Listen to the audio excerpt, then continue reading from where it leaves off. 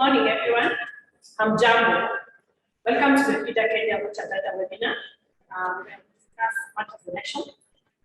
As FIDA-Kenya, we have been consistently advocating for gender equality, peaceful, free, and fair elections since 2010 Constitution. We will discuss how this is going on, discuss matters of two subjects, which is a sticking issue as we go to the general election. What does it portend for us as Kenyans, as institutional support groups, communities all over the country, and as stakeholders? What is it we can do about this issue of ensuring that we vote women into political participation, into political seats, and ensuring that indeed they participate in political seats? Now, FIDA-Kenya launched in August the Voter Data campaign, which is part of this that we are discussing today. It's public knowledge that IEBC has been doing the voter registration exercise since the 4th of October this month.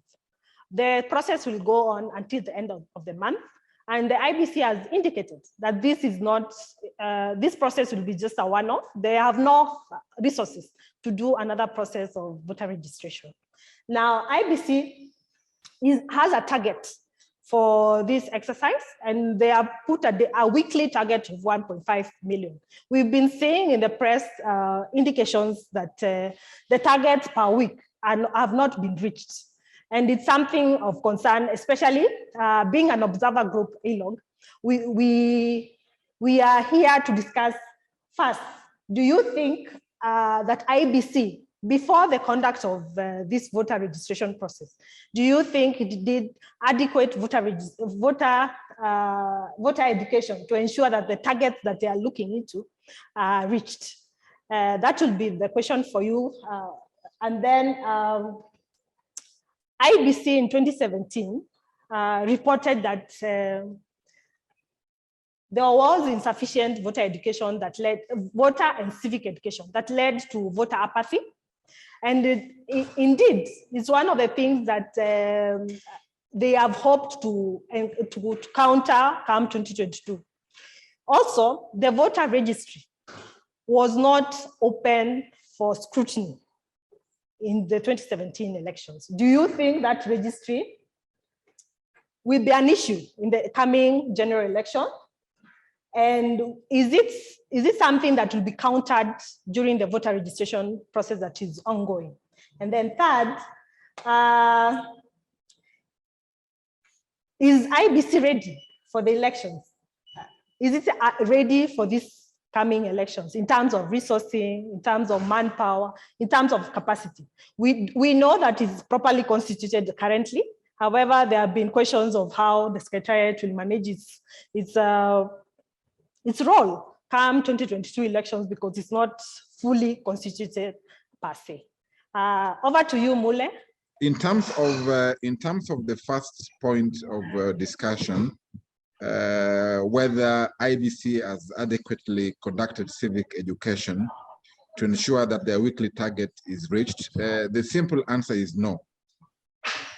We believe that the IEBC has not done sufficient voter education to ensure that not only are Kenyans aware that there is a process that is currently taking place, but also to be motivated to come out to vote. And I'm speaking like this because ELOG has deployed 290 long-term observers, one in each of the constituencies. And part of the information we have been collecting is some of the IEBC operations that are going on. And you'll understand why some of these issues are the way they are. First, the IEBC had requested about 4 billion shillings to allow it not only prepare for the voter registration exercise, but also to actually conduct the same process. We are aware that the commission was only given less than a half of the money that are requested for. And that is, they were only given 1.2 billion shillings. Now, one would sympathize with the Commission that some of these things we are asking IEBC to do, they require resources. And when you are given less than half of your budget, you can't do much. So, I mean, we understand, at least as an observation group, while we think and know and appreciate that the Commission is underfunded generally, but also specifically in terms of voter registration. And remember, they are calling this an enhanced continuous voter registration process. It is not a mass voter registration. And you also remember that every ward has got only 3 kits that moves around. So, the Commission is handicapped, as it were, and hence the problem of insufficient voter education. In fact, our records show that the voter education initiatives have been less than 20% in terms of coverage countrywide. So that's a big issue that we must address moving forward. The second issue I would like to speak to, Sophie, is that the work of voter education is not exclusively vested in the Commission.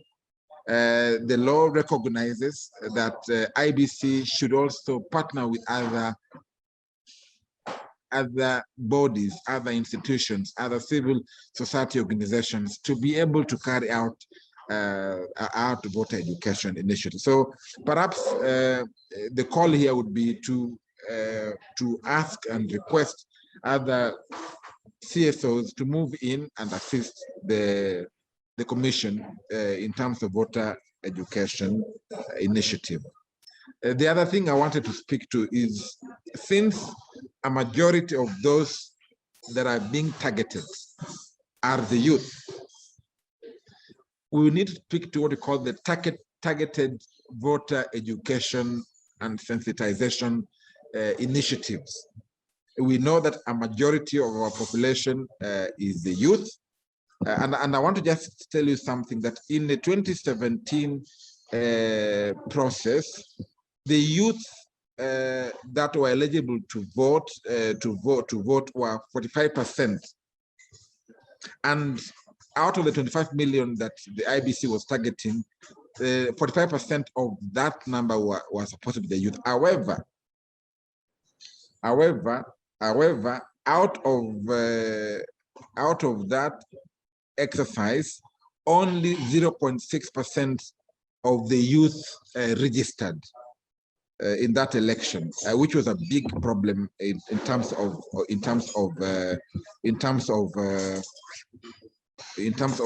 moving the process forward. So we made a recommendation that the local registration work in terms of voter-friendly outreach programs, such as interactive online tools such as Facebook, Twitter, blogs, use of infotainment and containment and edutainment. Those two terms are important. The blogs to use what we call the infotainment and edutainment voter education strategy. So the call is that we are in the second week of the process. A lot can still be done. And since we are targeting the youth, these targeted campaigns should make use of the interactive digital tools, and especially the online tools. Yeah. So Sophie, I don't know whether I should continue to the next element or I stop it from there.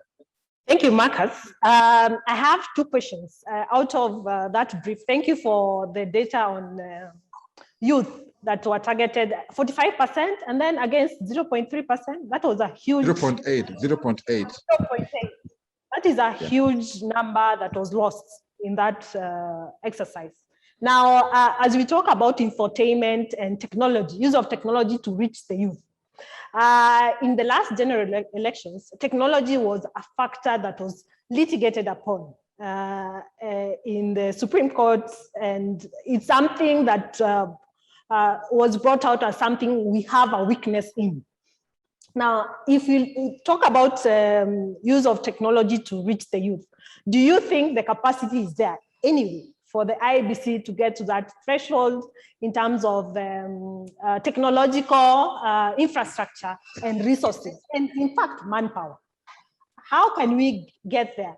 And as you answer that, we have notification that government stated that as much as we, civil society and other partners would like to support IEBC in bridging its gaps in terms of resources, it was indicated that no amounts of money can be directed to IEBC for elections. Kenya said they are well and capable to finance their own elections.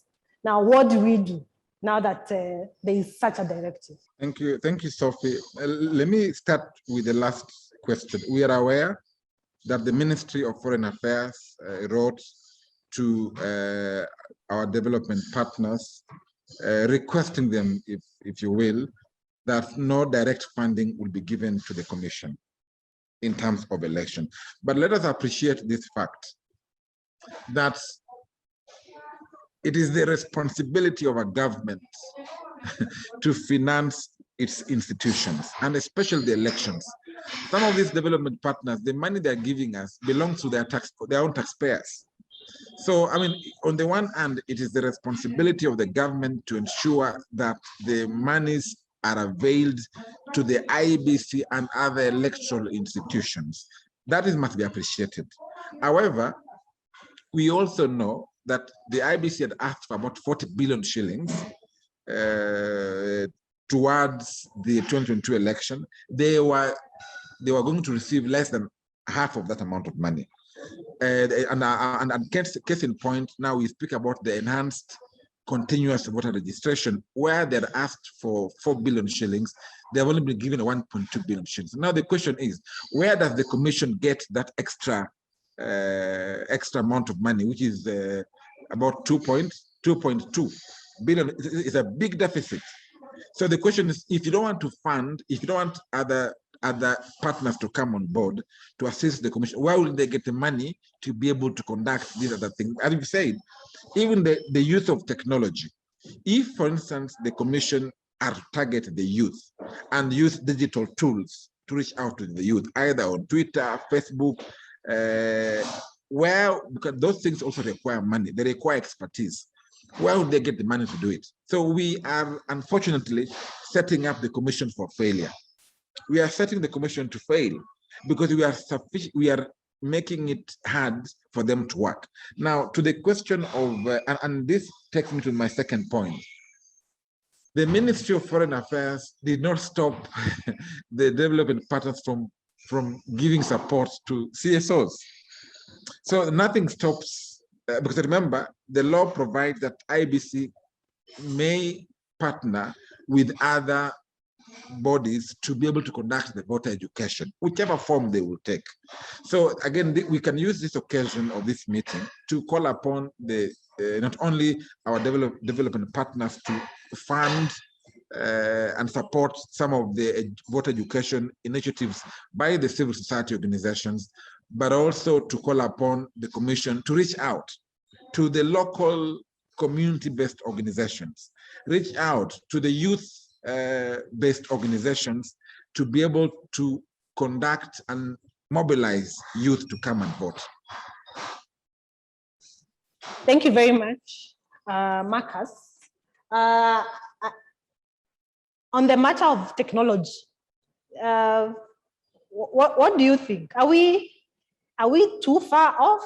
Because the youth, like you said, the youth population needs to be captured. And technology was an issue that was discussed in the last general elections. Are we far off? Can we get to the point where technology is something that works for us? I would say this, Sophie, that if you remember, the level of mistrust in this country is appalling. We don't trust institutions, we don't trust ourselves, and therefore we think that when when it comes to elections, actually, we trust M-Pesa agents, that when you go to an M-Pesa shop, you give your money, it is deposited on your phone, and you can send it, and then the person receives the money. but we don't trust our technology when it comes to elections. And remember, even in the Supreme Court, the major issue was about technology. You know, open the server, don't open the server. That was a major issue. I think we employed the use of technology not only for efficiency sake, but also to address the questions that come as a result of mistrust. We don't trust you to count our votes. We don't trust you to relay the exact and the correct result to the tallying center. So let us use technology that you may not interfere with. I think moving from lessons learned from 2017, I think we are better. I mean, we are making progress, and I keep on telling people that compared with the 2013 election, 2017 was better run election in terms of technology, in terms of management of ED processes, in terms of management of result transmission by the IEBC. It was better managed than 2013.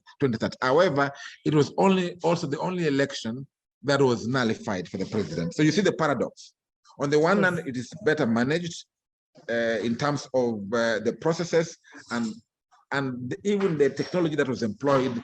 There was a massive failure, as we saw in 2013. However, at the same time, it was the only election that was nullified. But to be direct to your question, Sophie, and the rest of our team here, I think we have a long way to go. We can use technology better than we did before by involving a number of stakeholders so that they understand the process. Even the procurement of that technology should be made public. And training the public to understand the use of technology, what it's able to do, should also be done much more earlier to avoid mistrust of a number of processes, including technology. The issue of mistrust is something that the Constitution hoped to counter through the varied reforms that were put in place, including the institution of independent Electoral and Boundaries Commission. However, as we all know, that has been a journey that has had its own hurdles. Now, since we've departed on the issue of the youth and technology, I'll bring in Raya from Lamu. Raya, kwa sababu kuna voter registration process that is ongoing. Waonaje watu wa Lamu, youth, persons with disability, wanawake, are they participating in the voter registration process in the coastal region? And do you think the 2/3 gender rule is a factor that they would consider?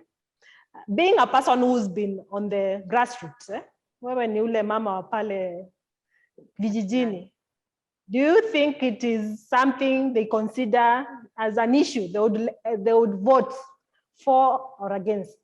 Hivi sasa kuna process hii ni ya watu kwenda kujiandikisha either upya, kwenda kubadilisha wale ambao wanataka kadi zao za kura, kufanya transfer, na wengine pia ni kwenda kuangalia particulars kama pale ulivyoandikishwa. Je, particulars zako ziko sawa sawa? Kwa sababu haya ni makosa ambayo huwa yanatokea wakati wa kupiga kura. Na pia, je, uko kwenye daftari ya kupigia kura?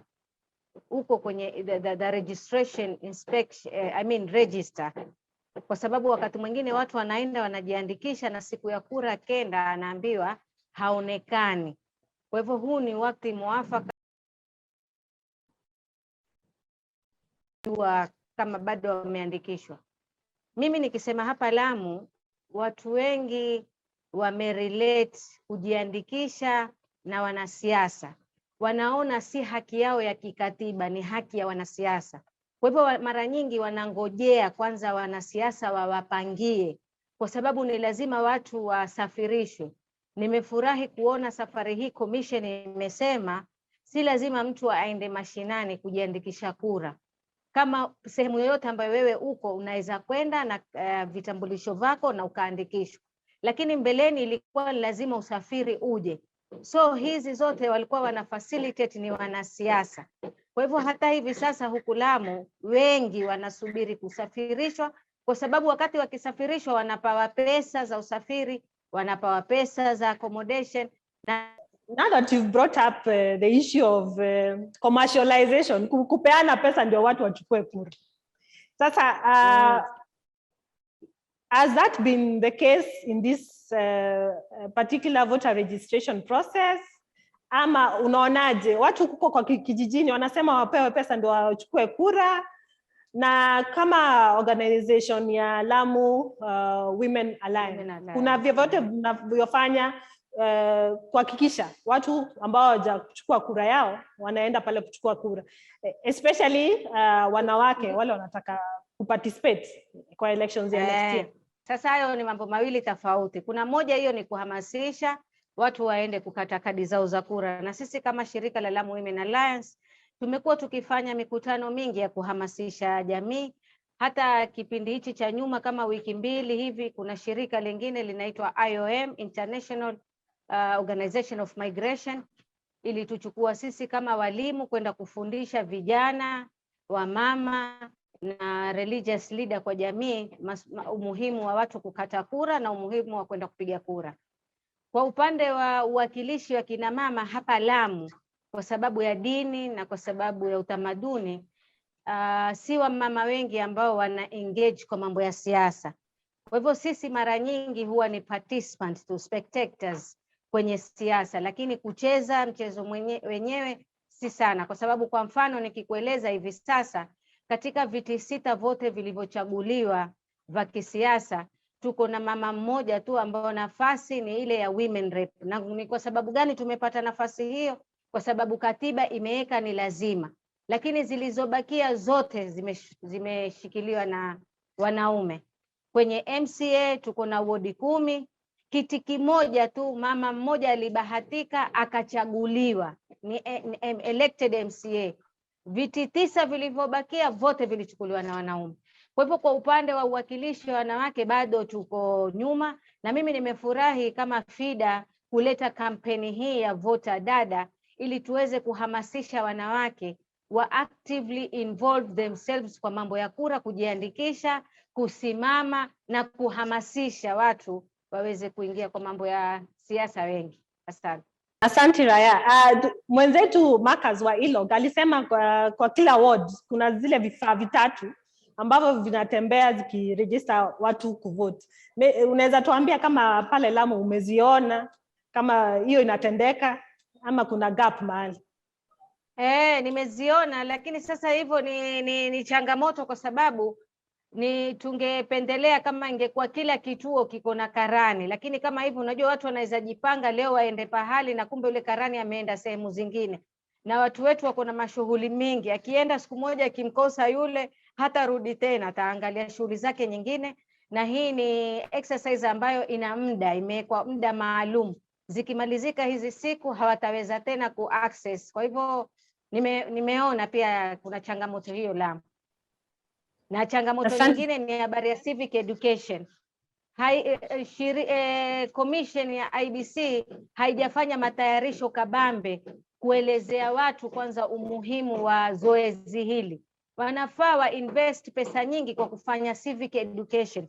You know, civic education should be an ongoing process. Sio tusubiri mpaka kura inakaribia wanasiasa wa influence ndio mwanze civic education. Inafaa iwe ni ongoing, wanafanya mpaka watu waelewe umuhimu wa yeye kupiga kura. Asante. Sasa tusonge kwa persons with disability. Tunajua constitution, we know that the constitution is emphatic on inclusivity.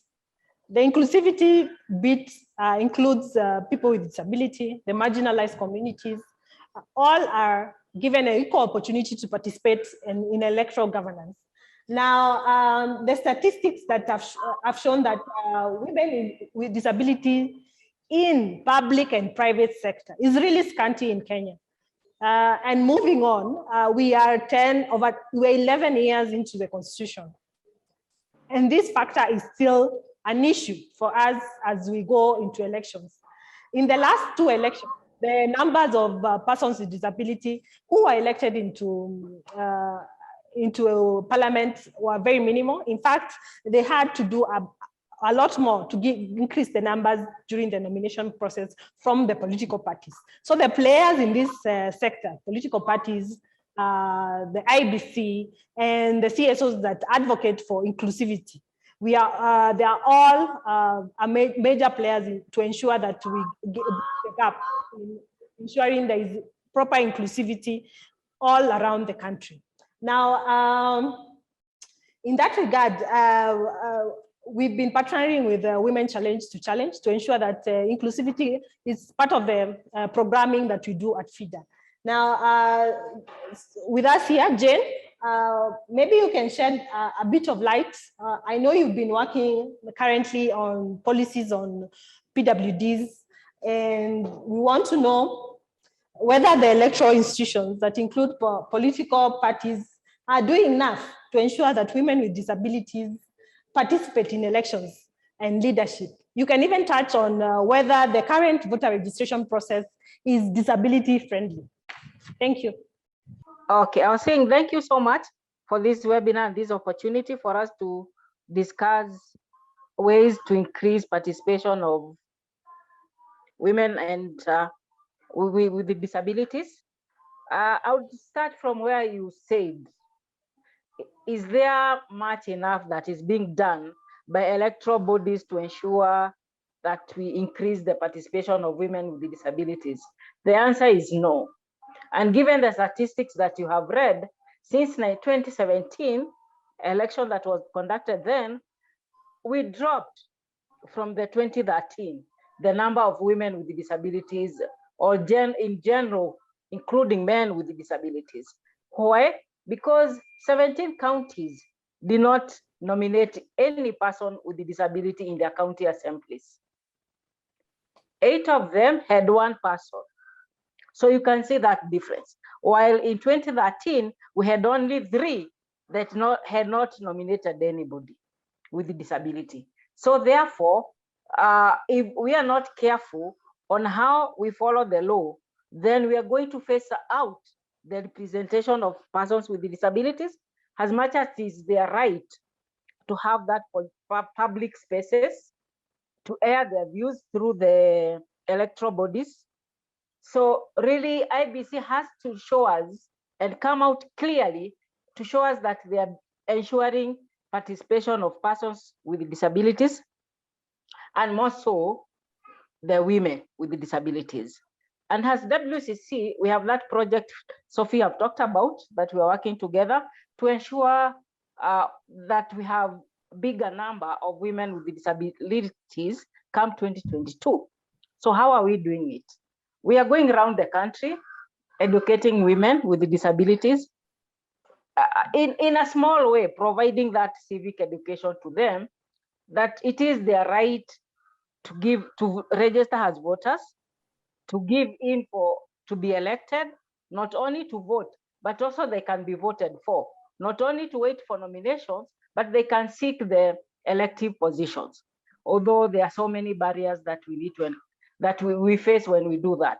So, and not only IEBC, even the political spheres, the leaders that are going around doing their campaign. I've not seen anybody, if I've not been listening carefully in the news, any political leader encouraging Kenyans to go and register as voters. They're only talking so much about their promises, how they want to run Kenya in the next 5 years after 2022. But little is being said on voters' education. We are not encouraging people to go and vote. So really, IEBC, other electoral bodies need to come out and ensure that we have everybody on board. 2017, during the voters registration, we had, IEBC had developed inclusivity in a way that the form that you are going to register as a voter, you state your disability and what are the needs that you need during voting maybe.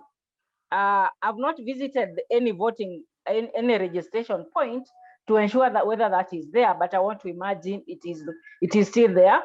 that they're capturing the needs of persons with disabilities, the needs of women with disabilities, as we move forward. So I would say really nothing much has been done. And we saw the elections of presidential elections 2017 being nullified.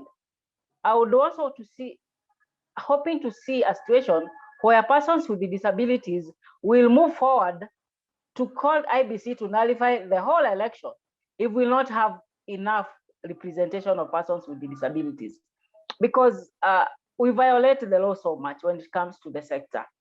Sophie. Thank you, Jane. Thank you, Jane.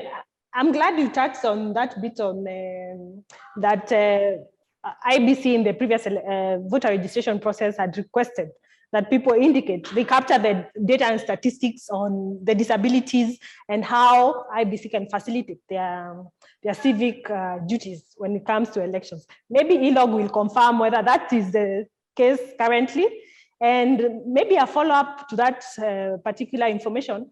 You can let us know whether during the elections, IEBC indeed provided sufficient facilitation to ensure that people with disabilities actually went and exercised their civic duties and elected the people of their choice. As you answer that, maybe you can touch a little bit on the election campaign financing bill. If you, as an organization, did you have a chance to look at it and see whether PWDs were catered for in that bill in terms of resource allocation to campaign for elections? Yes, Sophie. 2017 election ensured that people with disabilities really access voting stations, polling stations and centers, but not everywhere. But where it was not possible for them to enter, the returning officers would come out and ensure that one has voted. So that was well done. But again, for those who could use Braille, the Braille materials were produced by IEBC, but they were never availed at the polling stations. Again, you wonder why waste all the resources by doing all that, and then it is not even available for the people who needs that. So we want to see more being done in 2027, 2022, and yes, we thank IEBC for that. 2017, quite a number of people with disabilities were able to vote a candidate of their choice, because they were even allowed to go with assistance of their choice. You know, the people we trust who could walk with us into the polling station and vote for us. I mean, tick the ballot paper for us. We had even companies offering transport, free transport for persons with disabilities, like Safaricom, Uber. They did that quite a lot, and we are thankful for that. Talking a bit on the financing bill, political financing bill, really, have I looked at it? I would say I've not looked at it. That is a failure on my side or in our side, but I would want to imagine it is clearly stating how they are going to finance persons with disabilities, because today it is left to the political party for them to subsidize the fee they pay to the political parties and the rest. But not all the political parties will waive. Some were waiving 2017, completely waiving. Others mean subsidized. But we want to see a situation where the political party organization, as an organization or IEBC, financing persons with disabilities during their campaigns activities. Thank you, Jane. Coming back to the polling stations, were they disability friendly in 2017? And do you see that the fact that there is a roving voter registration process in the ward level, is it going to capture more people with disability, since that provision is more mobile than previously? That should be the picture, Sophie, that we see more people with disabilities being able to access polling stations. As I have said, not all the polling stations work. for example, I was a supervisor, is it a supervisor? No, an observer in one of the polling stations. And it was upstairs, even for me going up. I have a physical disability. And going up, I had also some difficulties. But if we had any voter with the disability coming to that station, then they would have faced that barrier. So we want to see more of that. IBC doing much more. I don't know what they'll do because of the register, because if my name is in the register that is upstairs, what they do, and that's what I was saying, the officials were kind enough to come down and ensure that that person has voted adequately. So as to what they did with the ballot papers, boxes, I don't know whether they carried all the boxes down for them to facilitate that, but where I was, in the station where I was, I did not see any person with disabilities, but I want to imagine they were elsewhere. So really, we want to see more and more being done to ensure that we vote freely, independently, and because it is our right. It is a right for everyone, for every Kenyan to vote.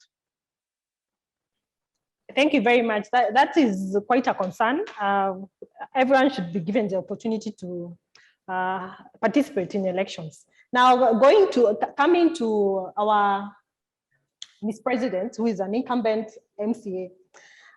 She's experienced women in leadership and in elections and in governance as a member of County Assembly of Homa Bay. Now, Ms. Nerea, you are well aware that we are far from reaching the 2/3 gender rule. And each year it is becoming harder and harder to actually legislate on this matter, which we were given reprieve by the court since 2013 in terms of progressive realization. Now, if the buying for female aspirants buying for political seats in any elections has been documented by our gender audit as a big challenge. It portends various challenges that tip the scales in favor of the male counterparts. So what challenges did you experience that you would advise the audience on how to mitigate upon them when it comes to the actual nomination process and the election day, as someone who is a sitting member of County Assembly? Maybe you can begin with that as we pick up the discussions on the nitty-gritties of elections. I mean, I keep saying that, first of all, any woman or even man that makes a decision and announces that they are vying for a political seat is brave. I mean, so it really knows no gender, because the difficulties, they transcend, the gender divide, so to speak. But essentially, when you look at, being elected into offices, it's a privilege that comes from democracy. And when we look at democracy, democracy needs to have open and fair play. And so essentially the reason why, we say a lot of women with disability, a lot of young people and women in general, or even minority tribes have been left behind, is because, they did not, number one, have, the right information, the right support, and the right institutional resources to access the electoral process. And so we have a lot of buzzwords that are going out there. They're talking about inclusive elections. But you cannot have an inclusive electoral outcome if you do not have an inclusive electoral process. So it begins from the process itself. And so number one, we are saying that now we have IEBC saying that we have this window of 1 month to register people to be voters. For you to be a voter, first of all, you must have acquired a national identification card.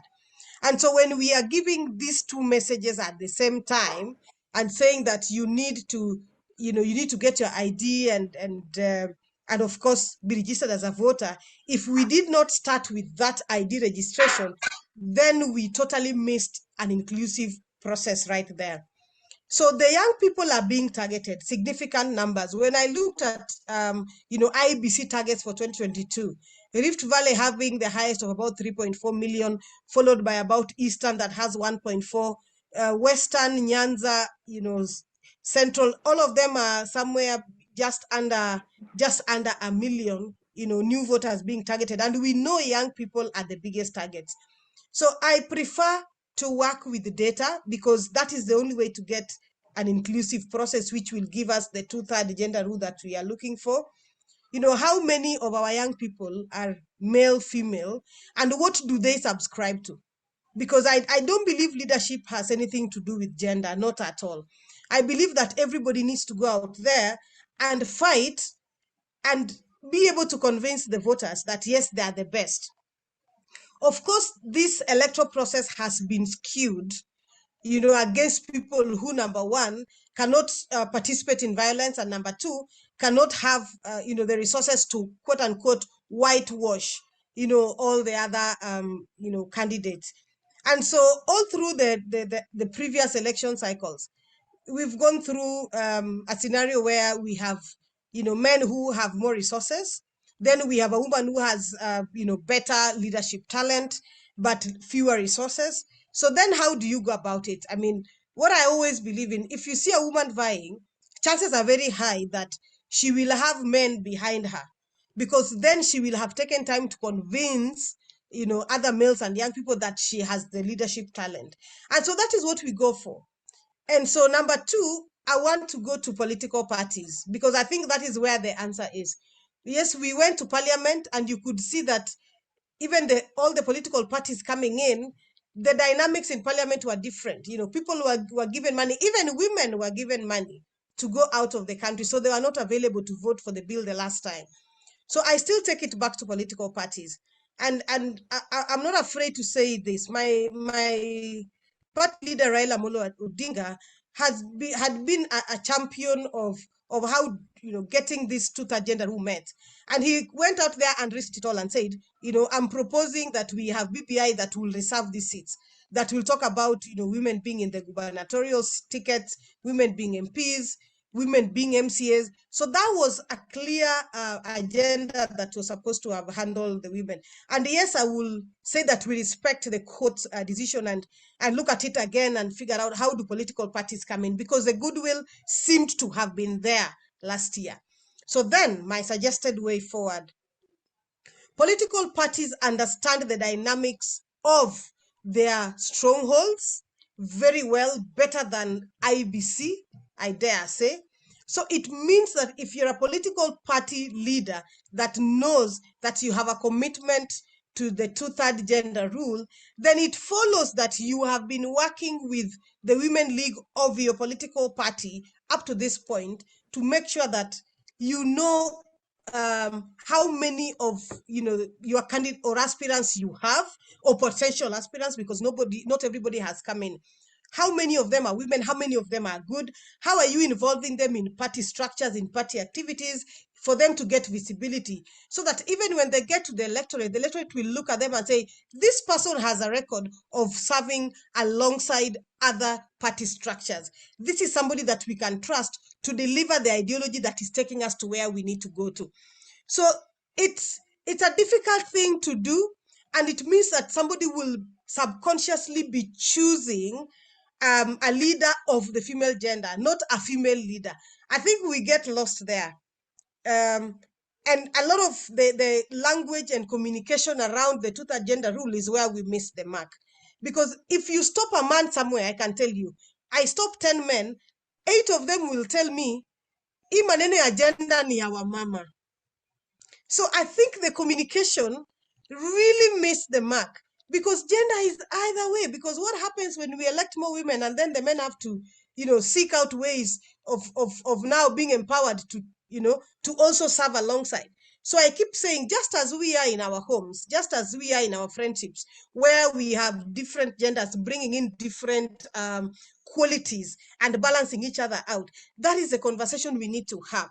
And it's not supposed to be, am I supposed to be better than the man, or is the man supposed to be better than me when we both present our candidature? I think we need to look at it from a very objective point of view, because if we full on go out and say that, vote Adada, essentially it will be a fight and men will say, okay, they want to replace us, but it's not a replacement. So even as we say we are voting Adada, we are telling the men, vote Adada for this reason, not just vote Adada, because it needs to be driven by the men. So the male involvement for me should be important.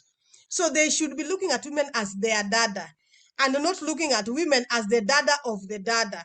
So that's the kind of thing that we talk about. 2017, we ended up with about 23% of women in elective office, and then about 3 governors and 3 senators. Now we are looking at getting more. So it's the way we structure how we speak. It's the way the women who are in leadership now are delivering their mandate. So substantive women representation, it's the way they do that that will convince the electorate in general to be able to give a chance to other women. And when I go out to campaign, I've nowadays become too conscious. I really do not want to campaign and say that the first thing I want to do is to bring water so that women don't have to trek a long distance. I would rather the men say that rather than me as the woman. I would rather have, start with, how do I empower the businessmen regardless of gender, so that then we can balance out the household income. So it is very important that we speak about these things genuinely, openly. But if we lock ourselves in that corner of saying that gender, and yet we know people are missing the point of the 2/3 gender rule, we are going to have a problem. So the other thing that, as I conclude, is the issue of violence. We know that, perpetration of violence knows no gender, but history, has led us to believe that the males are the perpetrators of violence. In fact, when you have a woman who is a strong contender for a seat and has security to protect her, most often she will be looked at as violent, and the electorate will think that she is not different from the women that they are used to, because the electorate doesn't want to be intimidated by your demeanor, intimidated by your strength. So as we go out and campaign, because elections past are gone, we are not going to look at them and say that, things will be the same. We are already in election mode. So anything that happened, the numbers that happened last time, those are gone. The only thing we have now is the fact that, number one, we lost an opportunity through BBI to meet the 2/3 gender rule. That we lost it, and that because we have to respect the law. And number two, we know that there is another opportunity for women to build their movement once again, and then go into the different political vehicles that exist, so that we can get the women in from whichever party, so that this movement is working, whether someone is in ODM, is in Jubilee, is in ANC, is in FIDA-Kenya. Are we going to get ANC leaders who are female elected in their stronghold? And I think this conversation that FIDA has now, Vote Adada, is supposed to transcend and go across the divide, because that is where you need to get the strength. Get the numbers, look at data of the women who can hack it, and look at how to resource them. We keep focusing on so many of the trainings. We have a lot of trainings that are targeting women, but I say, and I dare say, that we are putting money in the wrong places. We need that money to go into the communities. We need these women to be resourced so that they have been trained. We need them to be resourced to have the people volunteering in their campaigns, to have campaign material, to have the logistical arrangements for them to be able to penetrate the ground. I can go to a ward, I can go to a constituency and sit and convince the voters. But if I do not have the resources to do that, then I will still keep crying and say, women did not meet the 2/3 gender rule. Put your resources where it's supposed to go, because we have less than a year to the general election, and yet we because of COVID and other factors, we do not have the resources coming in where they are targeted the best to be able to deliver women to parliament, to county assemblies, to Senate, and to the Council of Governors. Thank you. Thank you. You've talked passionately about how political parties have structures through the women, you've called it what? Women leagues in political parties. Now, we've seen from data and statistics from the previous elections that as much as women are participating in political parties processes through their own political parties, when it comes to the nomination process, then things change. Mm-hmm. You know, it has been documented that in certain instances, party primaries are usually chaotic. Now, when it comes to the issuance of those party certificates that will ensure that you have your say and your name at the ballot box, then the issue of resourcing comes in. Here, as you well know, being a patriarchal society, men have the more financial muscle to purchase the political parties' certificates and run with it to the IEBC and get themselves at the ballot box. I know that political parties may deny, however, those are the part of the disputes that have was being solved into the 2017 political parties dispute tribunal. It was the highest number of cases. Now, as much as you say that the political parties' women's league is doing a good job, is it a systematic way of ensuring that those women who participate in the political processes for the last 5 years, going to 2022, will get an opportunity to have their voice heard and the electorate have a chance for voting them into office? As you answer that, maybe we can touch on whether ILOG has said that women are through the statistics that they have presented, they are the majority of persons who are registered as voters. But when it comes to elections, as has been indicated by IEBC, what is happening? Now, one thing, I do believe that when you have an active, women league in a political party, then within your strongholds, you can still push the party nomination dynamics that will favor women. And the one thing that I'm confident about, even with my political party, ODM, is that it's negotiation, it's bargaining, because 2017 and 2022 are certainly different. We are riding on the goodwill that our party had to be able to bridge that gender divide. And I think it's the goodwill that we are banking on and counting on to realize that it's important. But even with that goodwill, I can tell you for free that you do not sit back as a woman who is interested and you start lobbying in the background, thinking that the patriarchy within leadership structures will be able to get you the ticket without you fighting. I think it's important for women, for example, go out and participate, be visible, be somebody whose name is recognizable, because it would be easier in strongholds, for example, to be given a ticket if your name is recognizable and we can attribute you to something that that they are proud of as a community. Or if you are somebody who has a character and you can go out, even during party elections and by-elections, you saw very well what happened in Matungu, what happened in Sambweni, and then what happened in Bonchari. If you look at those and the women that went out to fight for their political space, then it means that then, number one, you get the attention of the party leadership, so that you make your bargaining easier, because number one, even if somebody comes with the money and everything, but they don't carry political clout within the party, then they will not succeed. And trust me, in strongholds, once you have a party ticket issued, it means that you're working to secure only 50%. And so it is your work. And that's why I'm saying it is not about gender. Then the number two issue, we have majority women in terms of population, about 51 to 52%. That is there, and we agree and we accept.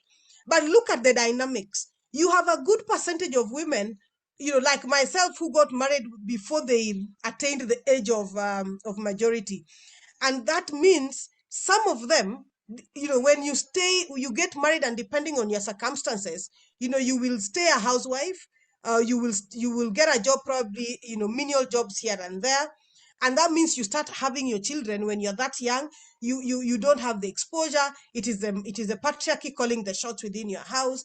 Even women will definitely have ideas that they will go to an M-Pesa shop and get M-Pesa sent to their husband's phone, and then they have to pick that money. I have been in that scenario. I earned my first salary for 6 months through my husband's bank account because I did not have an ID. So we have a good percentage of women that are still sailing in that boat.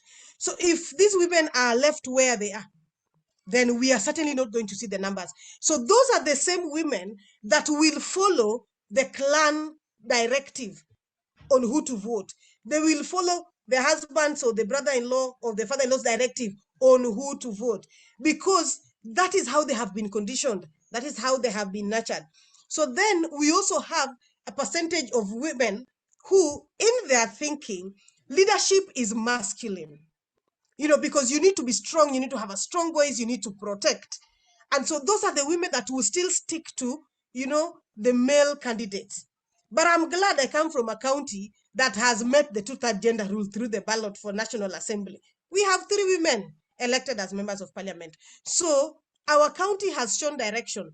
We keep mentoring other women leaders across different counties to see that as an example and say, you know what, it can be done. But also, I'm very keen and very careful that as we are saying that we can lead, the other thing that we must do is not pretend that we have acquired the masculine properties or masculine characteristics so that we can be elected.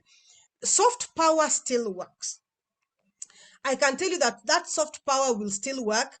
The way that you sell your agenda, when you are in one-on-one conversations, we may not be able to heckle and carry people to places where they will show might, or we will show might. But when we make our inroads in the polling stations and in the villages and in the wards, then the people will have time to listen. Because when you're going to rallies, when you're on the street, people will rarely listen. All they want to hear is, okay, how much money do you have? How much are you going to give us? Can you dance? So those are things that we do appropriately to show them that we are with them, that we can, we are religious, that we know how to mingle, culturally and socially. But when we campaign, then we prove to them by giving them our scorecard.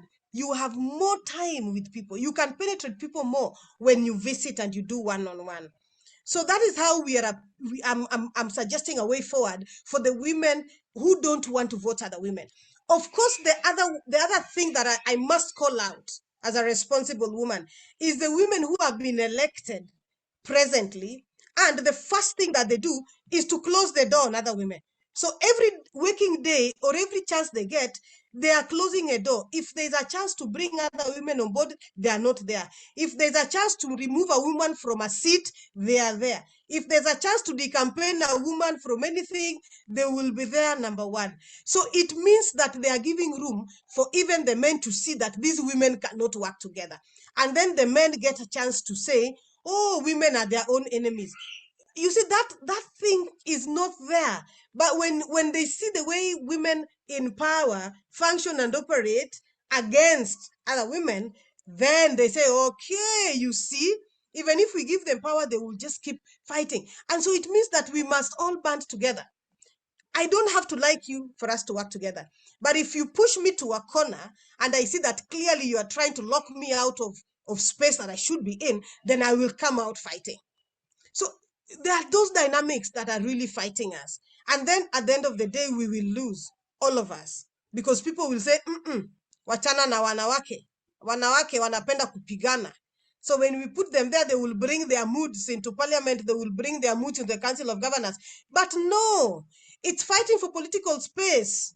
And women can be vicious fighters. They can be vicious fighters. So we bring all that personality out in when we are fighting women for other seats, then it sends a wrong signal, you know, to the other gender that we need to rope in. Very different dynamics, very diverse, but we need to pick what works. Yes, thank you. Thank you for that analogy. Now, as I bring in Elog, we look at the questions. So there are a number of things that have been mentioned by the panelists here that would require, maybe because you're the observer group here, maybe you can highlight, for instance, whether in your observations for this voter registration and past elections, whether the issue of PWDs in polling stations, is it something that IBC looks into in terms of ensuring that they are well facilitated to ensure that they participate in elections? And then on the issue of violence, which is something we don't foresee it going away in the next election, there is this thing of the electoral code of conduct. In your observation, the electoral code of conduct that is usually released by IBC is supposed to ensure that political parties align to a particular way of operation that will ensure that violence and all manner of electoral-related issues do not come about. Is this something, I know violence has been occurring in the by-elections that have been there since 2017. Is this something that is not well enforced by IBC? How should we go about it? Thank you very much, Sophie, and for even the discussion that we are having here. But even before I come to that, I wanted to comment on the registration of the persons with the disability and also link it up with the question you've asked. And I've posted something on the chat. I hope everyone has seen it, that in 2017, we were not able to determine the registration rate of persons with a disability. Neither were we able to determine the ratio,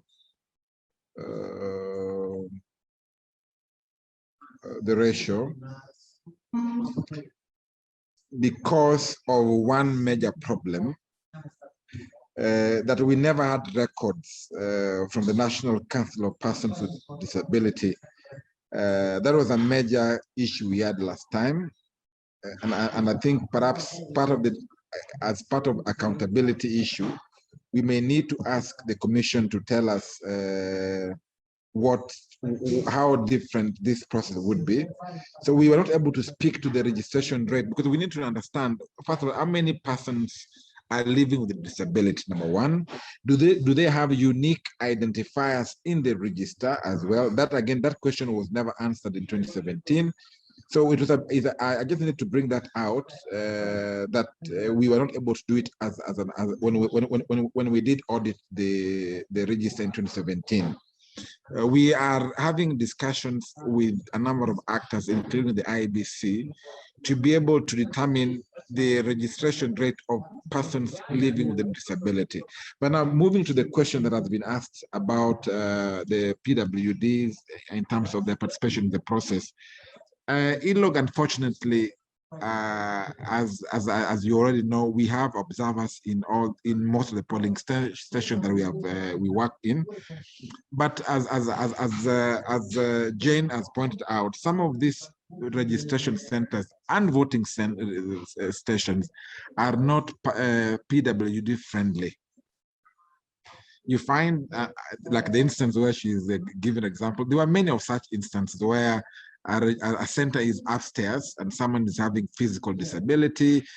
You have someone, there are no braille, someone who needs a guide, all those kind of issues are not factored in the registration of some of these in some of these registration centers. And IBC told us that part of the problem they have is finances, and they're relying on public buildings to be able to carry out some of these undertakings. However, that is no excuse. Even public buildings should be cognizant of the fact that there's needs to have places that are accessible to to persons with disability. So it is an area that the Commission will have to continue improving on. It is an area that will require efforts and lobbying and advocacy so that every Kenyan, regardless of their disability status, are allowed to participate in that process.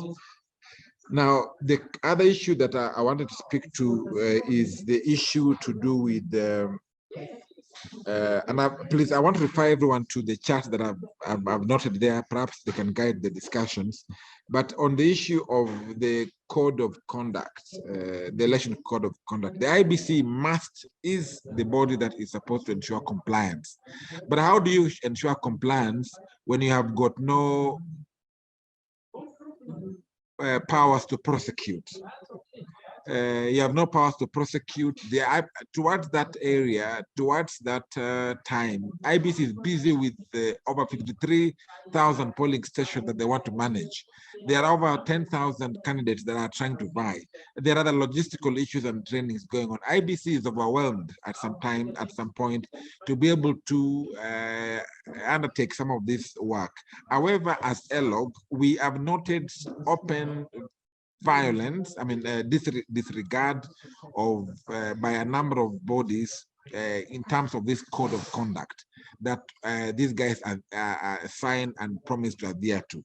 So we have noted, as it were, a complete disregard, not only by candidates and political parties to adhere to the code of conduct, but also there is some disappointment from the Commission, which is not usually intentional, like I've said, because of the lack of mechanisms to ensure adherence on the same. But the question we need to ask ourselves, to what extent are we able to provide the Commission with necessary skills and tools to be able to ensure adherence? But we have proposed as ELO that is it time to consider removing the power to enforce the code of conduct from the Commission and vest it in another body. So the Commission is primarily left to conduct the election. Remember, from party primaries all the way to the 9th of August, the diary of the Commission is full. They want to conduct party primaries. Some parties will be asking them to conduct the party primaries on their behalf. There is a dispute resolution hearing by the Dispute Resolution Committee of the IEBC. There is a publication of those names. There is vetting of those names. There is the printing of the ballot papers. There is training and other logistical issues. So the diary of the Commission is full. And then you also want them to enforce the code of conduct to over 10,000 candidates spread across the country. So sometimes the work of IEBC is too much full, a lot of it, as it were, that allows it not to be able to conduct its affairs successfully. So perhaps maybe as a country, we may need to relook at the proposal, whether we can remove a number of critical functions, like hearing petitions from party primaries. Should we put it squarely and primarily on the Dispute Resolution Committee, PPDT, or things like that? So I would say that, Sophie. Over to you. Thank you, Marcus. Those are interesting statistics. So there are institutions that are failing, and there are others that are not well resourced to undertake their very broad mandates. Now, to bring in Raya, there is according to some of the statistics that we've seen from KNBS and even the work we've been doing in the coastal region, we have seen that some of the factors that affect elections is the issue of lack of IDs for persons in the coastal region. And then there is the issue of illiteracy. Is it still a factor for that area? As kama wewe vile umetangamana na hao watu wa Lamu na coast. Illiteracy, is it something that will affect the turnout in the next general elections? Has there been improvements?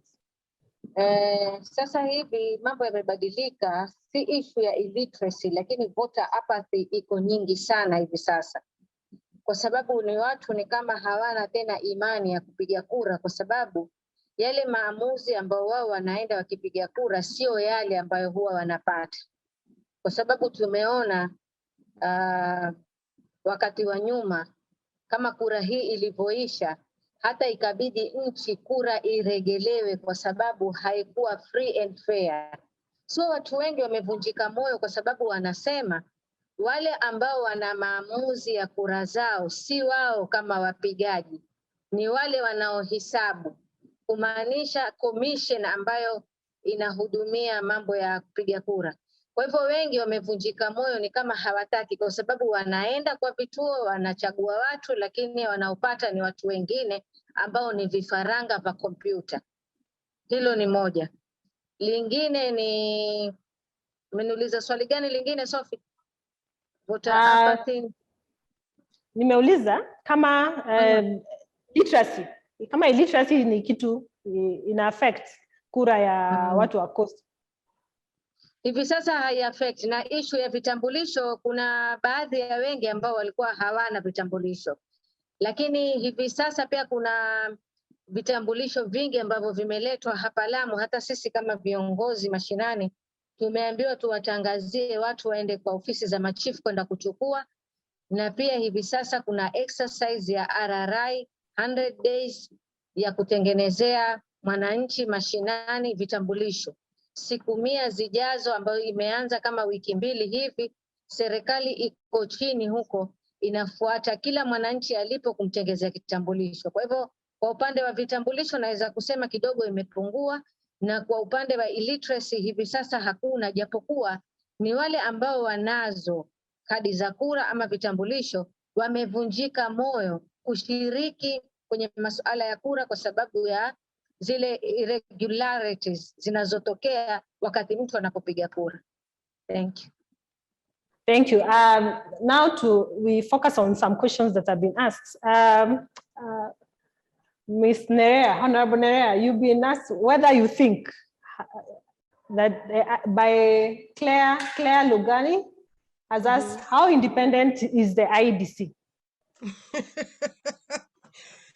Oh, yeah, I think it's one of those questions where you say it's a trap, eh? I can say very confidently, and from somebody who has suffered the lack of IEBC independence for a long time, I do not believe that IEBC is independent, as it were. Because IEBC definitely has they have an appointing authority. IEBC has diverse rules and regulations that they must follow. And for me, I look at, what IEBC has done previously. They have demonstrated that, there are questions as to the process. So it means that if I did not see independence for example, in 2017, when we had the victorious court outcome about the IEBC conduct of the electoral process, then I say that, during that time, IEBC was not independent. And you can see that clearly, even from my of the political divide, we started calling on IEBC teams, to be disbanded, IEBC to be reconstituted. And because we felt that they did not deliver 100%, foolproof electoral process. And so now I will say that I have a little bit more, confidence because they have been newly constituted. And so this is the first test for IEBC. I've looked at the numbers in terms of the targets for all regions. By the time you are done with the voter registration, this enhanced voter registration drive, I would like to see how the numbers look like. The other thing I'm closely watching is the performance of the BVR kits, because that will tell us how serious IEBC is and how independent they are and how fair they are. When I give you an example, in one of the wards in my constituency, we have 3 kits.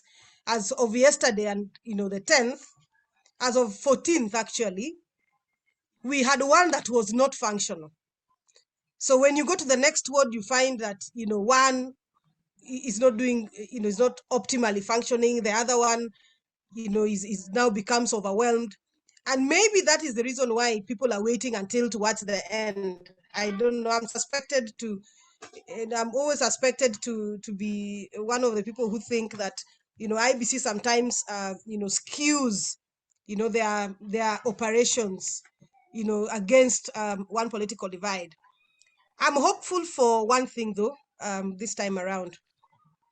Looking at their performance, looking at how they have started off, I will wait until we finish for me to come back with my, own individual and informed opinion on whether or not their level of independence has improved, because last time I gave them just under 40%. So I'll wait and see how they perform this time around before we even get to next year. Yeah, thank you. Thank you. There is a concern here from Jane Wanjiku from Bulapesa, Isiolo North. She's an aspirant. She indicates that there is lower turnout of voter registration for youth because of lack of IDs. So she's asking, where do we start to begin to push for issuance of IDs? So we've heard from Lamu that there is a move from the administration to ensure that there is rapid response initiative towards IDs. Where do we start pushing for IDs? Can I make a comment on the ID issue, because it keeps coming up, and I think when we are in an electoral season, the issue of ID is only tied to the voting process, and I think that is where we miss the young people, because everybody knows that we have young people that qualified to go to colleges, young people went to universities. All these young people acquired IDs for purposes of accessing, loans, for purposes of accessing, government offices so that they can get served. So we know we have a huge cohort of young people that are just sitting on their IDs waiting to be mobilized. And that's why IEBC is making steps to get to these colleges so that they have the BVR kits. Then they are free this time around to identify their area that they would like to register at. So that is number one. Number two, the ones who do not have IDs, what seems to be the problem? Because sometimes we have young people who are around the border areas who are told that you have to go back to your village so that you are identified properly because you might be a foreigner. Those ones can happen. Then number two, we now have national government officers that are not professionally administering their mandate of supporting the young people, because they need the chiefs to sign off on the forms, then for them to be able to acquire IDs in good time. And I know that the provincial administration now have a target. I think it's less than 2 weeks for IDs to be able to be issued. So I think that when we communicate why we need IDs, even before we get to the voting, we are going to have young people take these IDs because it's a matter of public record. Number two, you need it if you need to get a bursary, if you need to get a scholarship, if you need to get help, if you are going to college, you must register as long as you're over 18 years. If you need to have an M-Pesa account, you will need to have an ID. If you need to open a bank account, you will need to have an ID. So when we are mobilizing our young people, let's not just focus on chukua ID, chukua kura, because that alone, some of the young people do not even identify with the reasons why people vote in the first place. They need to be educated.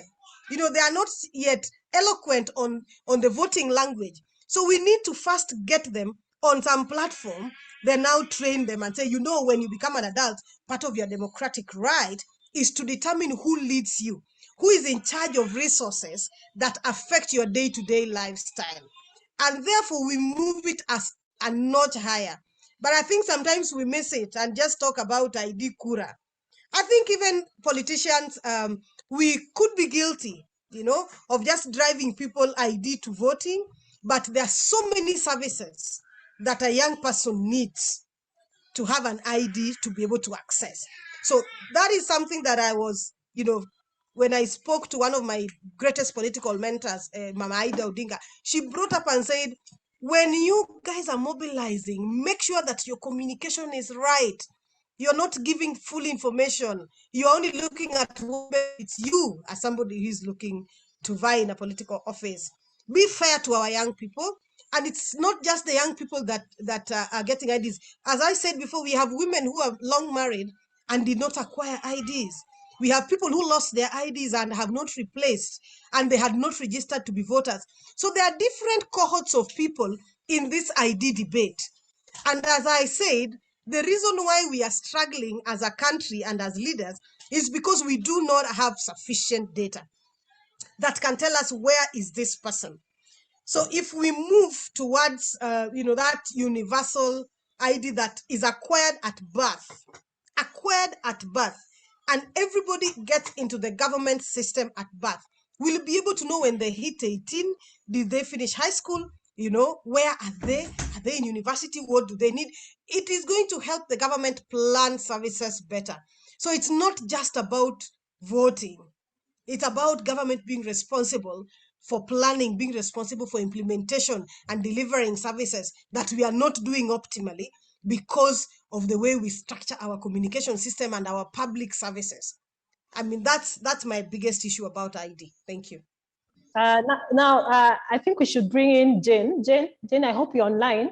Marcus spoke about the disconnect between the National Council of Persons with Disability in terms of providing the requisite data so that it can guide the IEBC in terms of preparing for elections for persons with disability in different locations in the country. Is there something we can do or your institution can do to ensure that this is not an issue that comes up in the coming year? First, Sophia, I don't know why IEBC could not provide that data 2017, because I personally took an initiative. For the first time, I registered as a voter. Why? Because I wanted to see how they are going to capture my information, my data, including my needs, and that was well done. I stated my disability. This is what I would maybe require during voting period, and I'm sure everybody else who has a disability did that, and the few who registered. So at least they ought to have a number, even if it was small, to say we have this number of persons with disabilities, but we believe they are more than this. So again, to the National Council, yes, that is true. They have not only to IEBC or to ELOG, they have failed numerous times to produce accurate data. And the registration, despite that they are government agencies that are required to register persons with disabilities, have been really slow. Why? Because also of bureaucracy. Information is not well dispersed to our people. But moving forward, 2022, we want to see that happening. It's only 2019 we did national census. And so Kenya National Bureau of Statistics should have, although they didn't also have the clear data, but we were able to sit and clarify that, because they gave 0.9 as the population of persons with disabilities in Kenya, which is quite low. But we repeated that and we told them that that was not right, and maybe because of the way the questions were being asked by then. So we want to see a scenario where now National Council and the Bureau of Statistics have sat together to harmonize that. And maybe IEBC now should go also an extra mile and validate their data well when it comes to those who are registering as persons with disabilities. Because if I'm registered and I'm just confirming that I'm there and my data were captured, then I have no more than to leave it to IEBC really to give that data to any other body that requires that. Thank you, Jane. As we wind up, there is the issue of someone is asking, Jane is asking still on the matter of IDs. So why is this ID situation an issue in 2021 and it was an issue in previous elections? Why can't we have a solution for this? Maybe I can pose it to Marcus as you log off. Maybe you can answer that. And why? I know the issue of identification cards is something that is streamlined under the Register of Persons. However, can this service be decentralized? The Huduma centers in Kenya, because it's also equally a government facility. All right, I think let me begin by saying that as ELOG, we have been pushing for synchronized database, as spoken by Nerea earlier on, that there is need to have a synchronized system of registration, which then would sort out all these problems that we are seeing currently. Number two, the issue of IEDs, and I've put it in my, I've typed it there.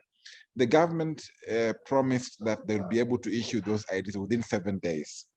So perhaps part of the things we need to do moving forward is to push the government and hold it accountable to its promise, and ensure that the IDs are issued within the timelines they had provided for. So you apply today, within 7 days, you're able to get your ID.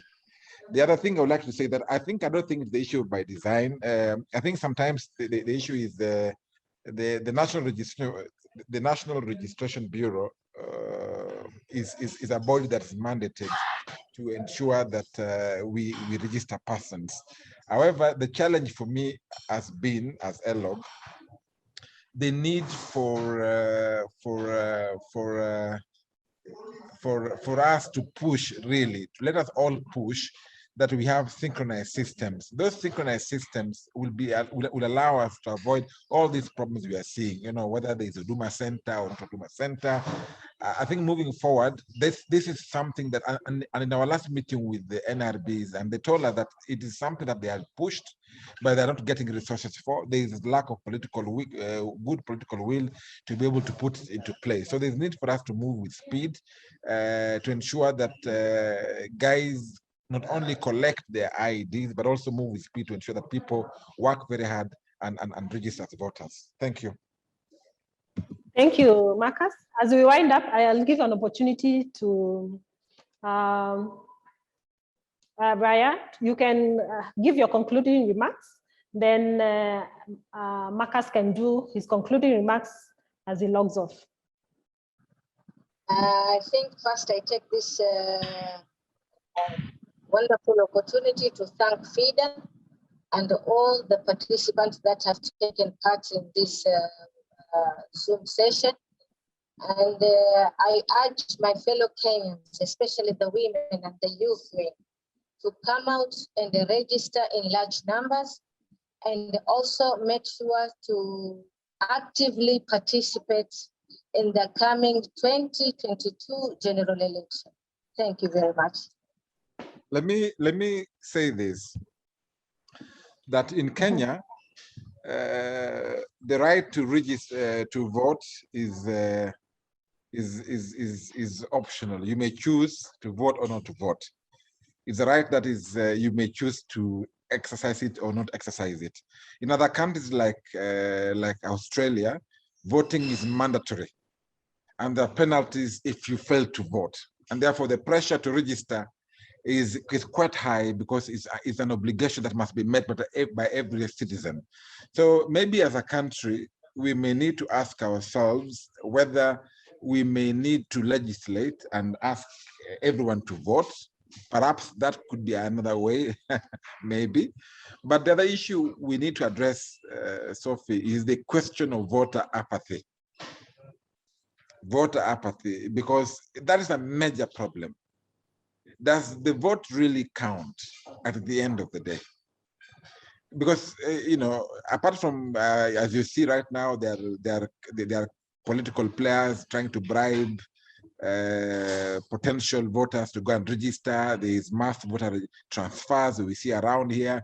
But the question is that ultimately, when I vote, does my vote count? If I put a leader like, let's say, Nerea here, who is an aspirant there, will she be the same Nerea right now, or will she change when she gets into office?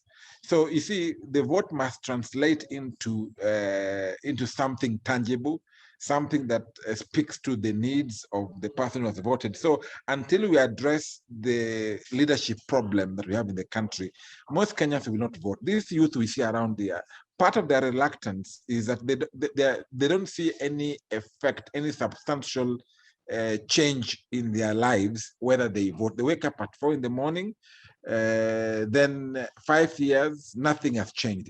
In fact, they have even become worse than before they voted. So we need to address those two. I think there are three issues. The issue of voter apathy must be addressed. The root cause of voter apathy must be addressed, including bad leadership. Number two, the issue to do with synchronizing our registration and database is important, because that also helps us. And the third one and the last one is whether it's time for Kenya to consider making the right to vote mandatory. Perhaps that could be the other thing. And lastly, as I conclude, that perhaps we use this occasion to call on the IEBC and other political actors to work towards ensuring that their trust levels are very high. Like I've already told you, we did some research. The trust level of IEBC is at that 9%. And chances are that it might even go down as we move forward. So maybe we need to work towards ensuring that the trust levels are high. The police is the worst, I think, at 37%, IEBC at 9%, NCIC, which is supposed to regulate the issue through the fake news and hate speech, is also below 40%. So maybe we need to work towards ensuring that we improve the trust levels of these institutions, and therefore perhaps even urge, and maybe that would also go along in addressing the issue to do with voter apathy. Thank you very much, Sophie. Thank you, Marcus. Now I give the opportunity to Jane. Jane, you can give your conclusions. Then Honorable Nerea. My pleas to all of us, let's try to be inclusive, ensure that we don't leave anyone behind, because once we do that, then I don't think we'll be aiming to be democracy when a section of citizen is left out. So ELOG, maybe you could be having some funds maybe to do civic education, ensure that there are some women with disabilities being represented. To Honorable Nerab, maybe also you could think of how you could hold a hand of a woman with disability during your campaign, because I'm sure you will be seeking for re-election again. How do we include everyone? How do we ensure even those who have no muscles, and especially finances to be able to do campaign, that we support them in no matter what way that we could be able to support them. On the issues of ID, I think I once worked with a registration bureau, and I saw the problem that were there. People are registered, they lost that small waiting card. It's lost, and then one does not know where to start, how to get the ID, because you have to have that small card that you are given, because it has the serial number, and that is the number that produces the ID at the station that you registered. Really, let's because there are so many issues, as Mheshimiwa was saying, that it's not because the bureau is not registering people. Maybe we lost IDs, we are just reluctant, we don't want to go. We registered, we have followed up, we cannot get it, and then we stopped at there. So really, there is much that needs to be understood as to why we are failing in the issue of ID card issuance. Thank you. Honorable Nerea. Yes, thank you. I just want to, say three things very briefly. Number one, it's a constitutional right for everybody to take part in the voting process. And if you do not vote, then it's very clear that you are voting for that person that will not serve you. I mean, that's classic. It's said that people who don't vote vote in bad leaders, and I think it's true. Many people ignore the party primaries, saying they'll only vote in the general elections, but the party primaries will be, skewed against the competent people that they want. So you better take part in, in all political processes. It is a right and not a favor. And number two, we seem as a country to be able to outsourcing the mobilization for ID and voter registration to the politicians. And I think everybody feels that the politicians are the ones who have more to gain or lose when people acquire voters' cards. And that, for me, is where we lose it. It's supposed to be a responsibility of every parent, in their home, to ensure that there are young people who have attained the age of majority, the women that they married before they got IDs, have acquired IDs, and then take part in the democratic processes. It just doesn't end there. It's very important also because chances are people who don't take part in these processes also don't take part in the census. It therefore means that even where you are, you'll not have resources allocated to you to be able to serve you better. So all these processes are intertwined. And I think the third thing is, as we look towards the elections coming next year, my rallying call is to the political parties. Work with the numbers that you can deliver so that you will have a balance of leadership for both genders. So, and that will be a start. Anywhere else is a start. And of course, we are looking forward to having a new progressive parliament that will look at the 2/3 gender rule once again, if the political parties do not manage. And as a practitioner of activism in matters gender and equality, I will not shy away from saying that I care very much about SDG number 5, equality for everybody. It doesn't mean that we are similar to the male gender. It means that we have equal access to opportunities. And so I will not stop fighting for those opportunities until the time when I see that we have made progressive steps. I wish Kenyans a safe electoral process, but I also want to urge the women, vote a dada. I'm urging the men, vote your dada, so that we can balance power and leadership, and we can serve you better because we have a mix of ideas. Yes, thank you very much. Thank you very much, dear panelists. We are coming to an end of this webinar. Thank you for animating the webinar with your brilliant ideas. Like the Honorable Nerea said, when you don't vote, that's when you vote bad leaders. Now, as we conclude, the proposal to make voting mandatory, although it would breach on some of the rights that we have and upheld in the Constitution, it's something of consideration. We need to move this country forward. The issues that we've been speaking about that need to be actualized by our elected leaders is something that we as Kenyans, as youth, persons with disability, women in the mashinani, we need to go there and actively participate in voting good leaders, and also in voting a dada, and for the men in voting for your dada. With that, thank you, our online participants. Thank you, our panelists. I thank our sign language interpreter that is on the top corner, Yula Nzale. Thank you for being part of this series. And everyone who contributed to ensuring that this process, this webinar comes to fruition. Thank you, and God bless you. With that, kwaherini. See you in other forums.